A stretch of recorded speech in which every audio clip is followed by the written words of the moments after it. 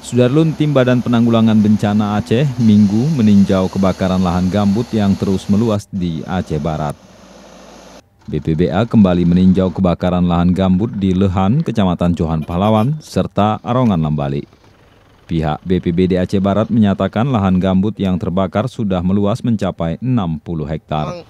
Kita sangat mengharapkan kepada petani atau yang punya perkebunan ini supaya waktu membersihkan kebun jangan membakar. Dan memang malah kemarin secara lisan Pak Gubernur meminta kepada saya supaya mengusut siapa yang pertama membakar ini lahan-lahan ini, supaya dapat diingatkan ataupun diinterogasi lah, ditanya kenapa membakar ini. Sementara BPBA menyatakan bahwa kebakaran lahan sudah disikapi oleh BNPB Pusat yang menjadwalkan Senin akan mengerahkan 1 unit pesawat jenis heli untuk bom air membantu penyiraman melalui udara.